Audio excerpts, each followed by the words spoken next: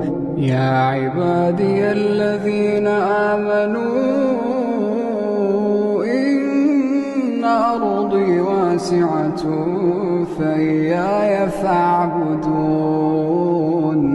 كل نفس ذائقة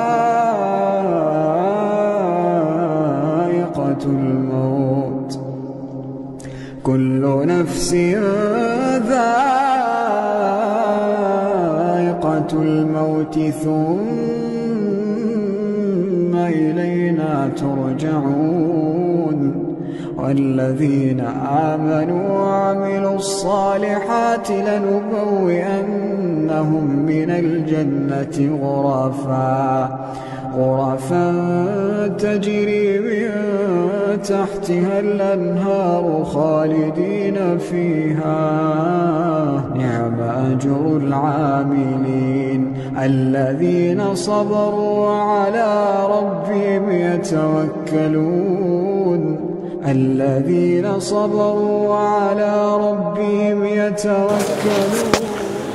بسم الله الرحمن الرحيم الحمد لله والصلاة والسلام على رسولنا وحبيبنا وقائدنا وشفيعنا وقرة أعيننا محمد صلى الله عليه وسلم توكال من أخوي تبارك وتعالى أجري صلاة جنازة بقسمته بنسيبها الهمومان كاتو وهر هنقاوي كناومان وهاتين بو إيرا بعبادته بحسنات بمان بنوسيته يقبح حوصته زيادة الباداش مال السري بداتوا آمين يا أرحم الراحمين إنا لله وإنا إليه راجعون براني بريزم أويك إما ليلة بوي وستاين دزانين بو چي هاتين بو إيرا كبو نيوجي جنازة هاتين أم بياوا هاتشي قصة أكين إما هيش سوديكي بو أمنية وكو قصة كردن غيري دعاء خير كان ما نبي خواهي قولوا لي من قبول كان قصة كاني إما بو زيندو كان بو إيمي بو خوما بو إيوية چونك براستي ام دنیایا حچیتیا اکی لو روجی که خوای تبارک و تعالی هاوتیت بون لو روجی که حساباتی لسرداناوی حتا او روجی لدنیا درچی یک آیتی خوای تبارک و تعالی هی بربیرد نچید وما كان ربك نسيا خوای تبارک و تعالی هیچ تکی لبیر نچید المبستم چیه لم آیت کدرای مشتکی لبیر ناچه واتا حچی جولیکی چاک اکی حچی کردویکی جوان اکی حچی هاوکاری و یارمتی و دزگرویی و رحم و سوز و مهربانی و اوی که بو انسانیت بشه و اوی که بو دنیا بشه تو برانبر بخلق بکاری بینی خوای تبارک و تعالی پاداش داده ولا سری بويا او بزانك اخواي گوره بعكسكش وهر هيچي لبير ناچه هچي خدويكي خرابه هچي ناراحتيگه هچي اوه هيك بيزار كردني خلقه بيزار كردني دراوسيتا بيزار كردني رفيقتا غش كردنا فيل كردنا خيانه كردنا امانشي هر لبير ناچت چون لبيري ناچه چونك تو ادو ملائكتي وداناوي اماده كردو بوي تو امشتانيم كردواني كديكي بيان نسيبوت يعني تو سيري أو آياتك كالسر أمانهات إذ يتلقى المتلقيان عن اليمين وعن الشمال قعيد ما يلفظ من قول إلا لديه رقيب عتيد أما لايكتاني لا يشاني راسو تشبد إيشي تشيا إيشي أويتو هر كردويك أكي أو بوت أنوسي أما إلا الراس يكسر بوت أنوسيتو باداشي زياتريش لسر ورقري أما إلا يشب موديكي باشيش لسر دراء واستيبنا آياتو توبة لسر يكي أقد توبت كرد شكو أمبر لا الراس برپرسي لا يشبيشا اگر توبت کرد ام بیشت بو نانوسه اگر هر توبت نکردو بردوام بو یک گناهت بو انوسه بلام ام یک بحوصتو زیادترو بردوامش اضعاف و اضعاف بوید انسان ابي سيري جياني خوي كاله دنياي ما بس ما نشي لم قصانه ديكين ايما لدنيا كاتين لدنيا هم ما كاتين هم ما الروين كو ام برابر زمان او ها ام يسچون رويشتو او هذا الروين يعني من دواءكم ام بيامي من بقاته هموشونك او بدمي اجايا بقوي اجا يعني خلق لكردستان كات درجه لو الله من لجهنم درجه مو كارسات بسرهات وجياني وكي ولاته وكي حاله وكي كارباني واوني وكسابتني وجياني ومچني ومعاجني وقرمه يعني قليد لسر هموشتك هي اواتت اوه بقيتا شوينك رزقارد به خوي پروردگار به بردوامی لگلتا لگل نزاکانتا لگل دعاکانتا همو اواتك تو بقيتا يونان و اگيت همو اواتك تو بقيتا ايطاليا و اگيت اما خوي يولا بو ياسان كردي شو تو خونيك كده يقولك هي دلي خوای بس بگم به بریتانیا همو آواتکی ام گنج عزیزانه من کادینا امولاتو توشي ام مصیبتانه دبن یان بابم شوازه جلدل یان دای بر حالتکی تر وفاتکن كاتيك ديت يعني لو بروا همو أول خويا توبلي من بريطانيا يخود قاتا بريطانياش إلا نو بريطانيا يعني كاك تو خدواتني لجهنم رزقارت بولا كاتيك ما بجهنمي نازانين يعني أوات خوازي نما لولاتي خمانا جاريكي تربجي نوا كهاتوي تتأيرو خوند بو أوات بو بناتواني ليلة بجواني بجيت بناتواني جيانيكي آسوده بو خود فراهم كي بناتواني ببيت الدل خوشي وشانازي بو خدو مالو من دارو خيزانكت بۆیە بەڕاستی زەرورە ئێمەی مسلمان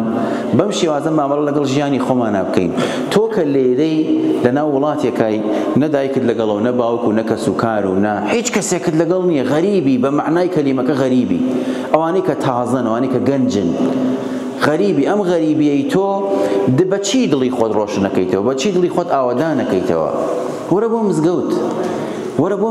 مزگەوت هەموو شوێنێکی تۆیە مزگەوت کە سوکاری تۆیە مزگەوت دایک و باوکی تۆیە مزگەوت ئامۆزا و کەس و عەشیرەت و بنەماڵەی تۆیە هەرچیت پێویستە بێ بۆ مزگەوت تووشی خیانەت بووی تووشی مخدرات بووی تووشی مەشروب بووی تووشی فاحیشە و زینا بووی تووشی هەشتێ بووی وەرە بۆ مزگەوت لەگەڵ مامۆستای مزگەوتەکەیە دانیشە و چۆک بنە بە چۆکیەوە بڵێ مامۆستا ئەوی شەم کردووە کاکە ئەم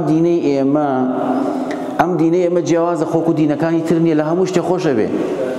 التائب من الذنب كمن لا ذنب له ئەوەی تەوبەی لە گوناهێ کرد و نەچۆوە سەری بەو مەرجەی نەچۆوە سەری وەکو وایە گوناهاکەی نەکرد بێ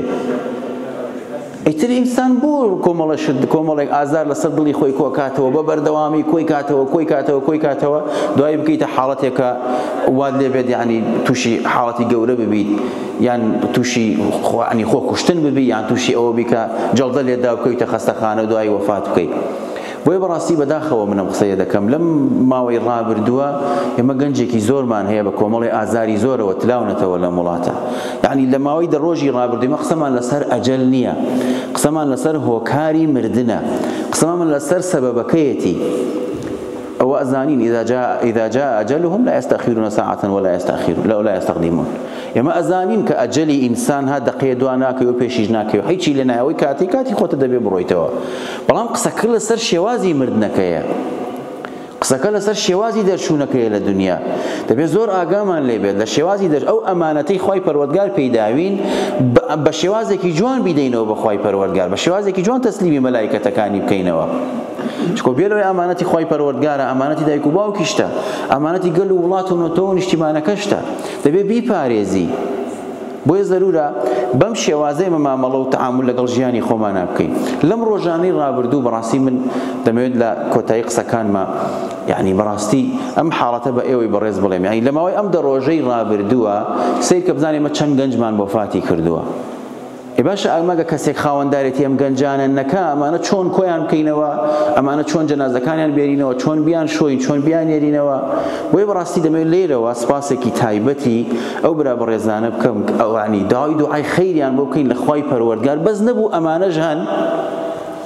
کە بوونەتە هۆی ئەوەی کە ئەم کەسانە ئەم عەزیزانەمان کە وەفات ئەکەن لە دنیا دەرەچن بێکەس نەبن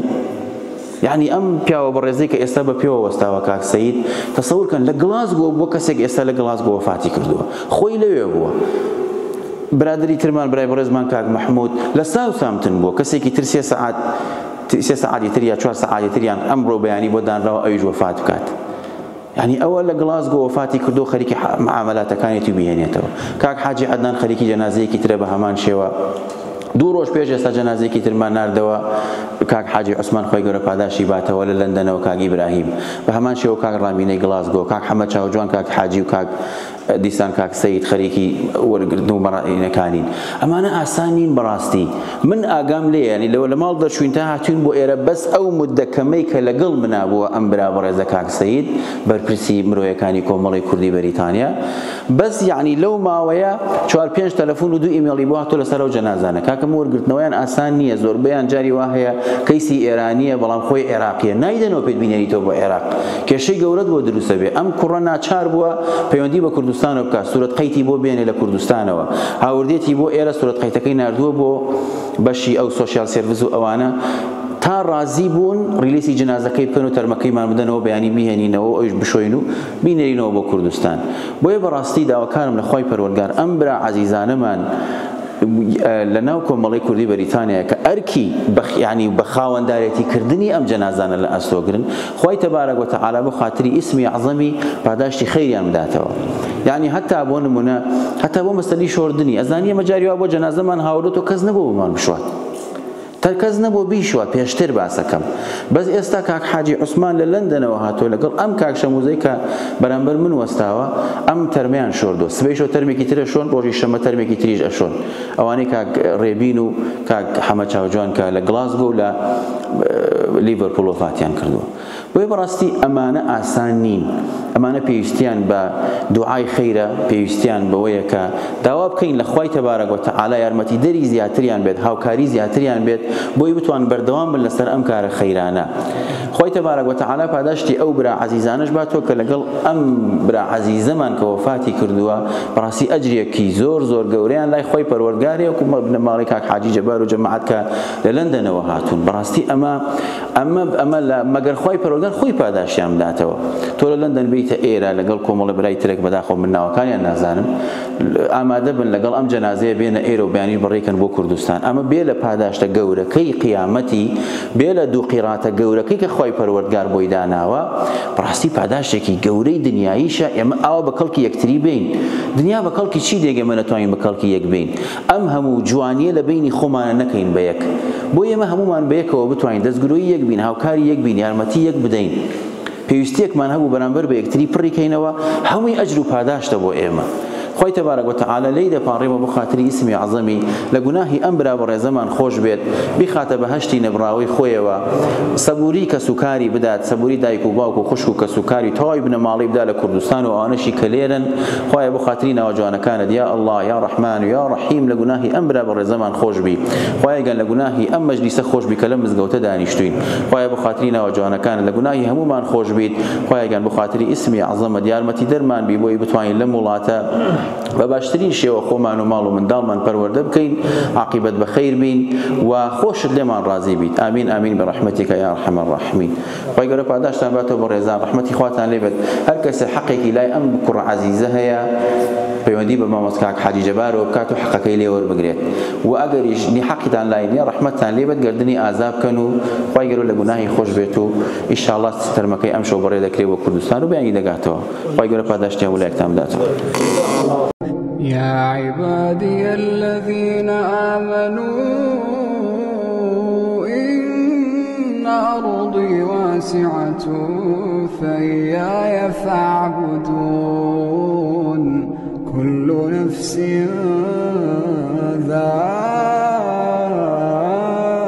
ذائقة الموت كل نفس